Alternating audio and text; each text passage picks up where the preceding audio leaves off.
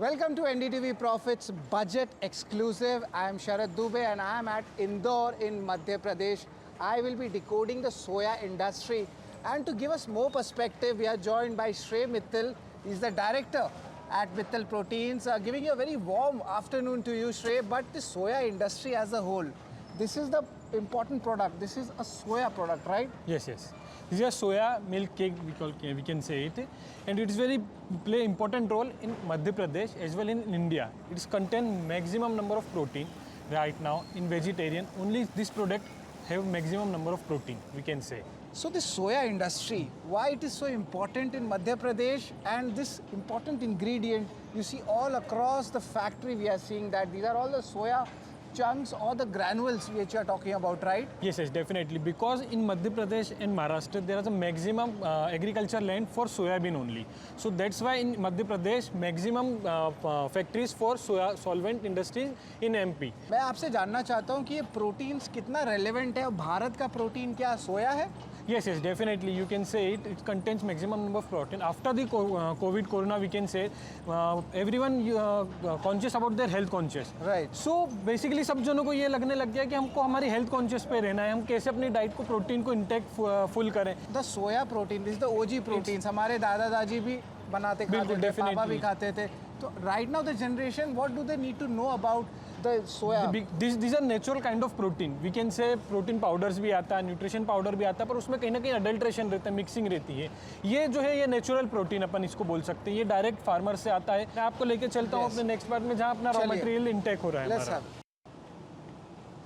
And Shrey, which is this part? यहाँ पे क्या होता है? What is happening here? This is a raw material of soybean. तो उसी का ये हस्क है.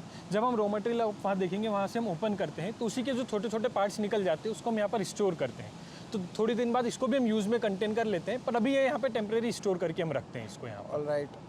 But the entire Madhya Pradesh government, Shrey, over the last 5 to 7 years, there's been a lot of support coming in the agriculture space. तो आपको क्या changes देखने मिला है? मोहन यादव जी जब से यहाँ के मध्य प्रदेश की सीएम बने हैं, उनका फार्मर्स की तरफ तो सपोर्ट है ही सही, पैरेलली उन्होंने इंडस्ट्री को भी एक बहुत बड़ा सपोर्ट दे रहे हैं. आप लॉ में देख लीजिए, लेबर में देख लीजिए, इंडस्ट्री की सब्सिडी में देख लीजिए, वो बहुत एक्टिवली, बहुत अट्रैक्टिव तरीके से बहुत काम कर रहे हैं. We saw the two processes there.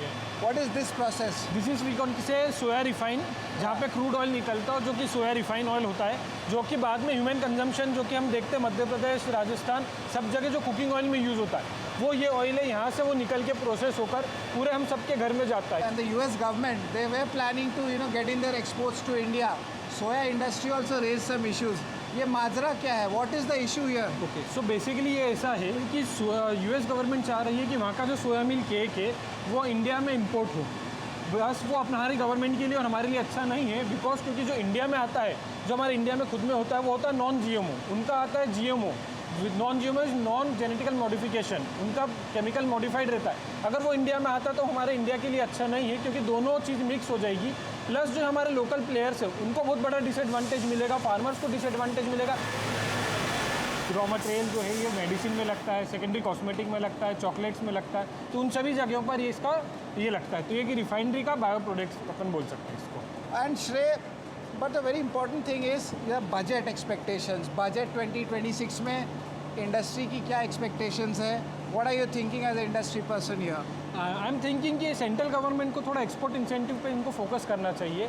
हमारा आज भी एक्सपोर्ट जो है बहुत कम है as compare to US, Brazil, Argentina, क्योंकि हम उनकी प्राइस कॉम्पीट नहीं कर पाते. डेफिनेटली इंडियन की प्राइस थोड़ी ज़्यादा है, हायर है as compare to US, Brazil, Argentina. Soya industry 2026 या 2027 इसका आउटलुक क्या रहेगा? ये बहुत वॉलेटाइल मार्केट रहता है, बट बताएं व्हाट्स द व्यू? डेफिनेटली एक बहुत वॉलेटाइल मार्केट है, बट अगर हम इंडिया में देखें, वर्ल्ड वाइड देखें, तो प्रोटीन की कंटेंट कहीं ना कहीं बहुत इंक्रीज़ हो रही है डे बाय डे. तो उसके लिए एक सोर्स हमारे पास ये सोयाबीन ही है, जो कि सबसे ज़्यादा हाई मैक्सिमम वॉल्यूम में प्रोटीन देता है. तो इसकी इंडस्ट्री बढ़ना ही है डे बाय डे.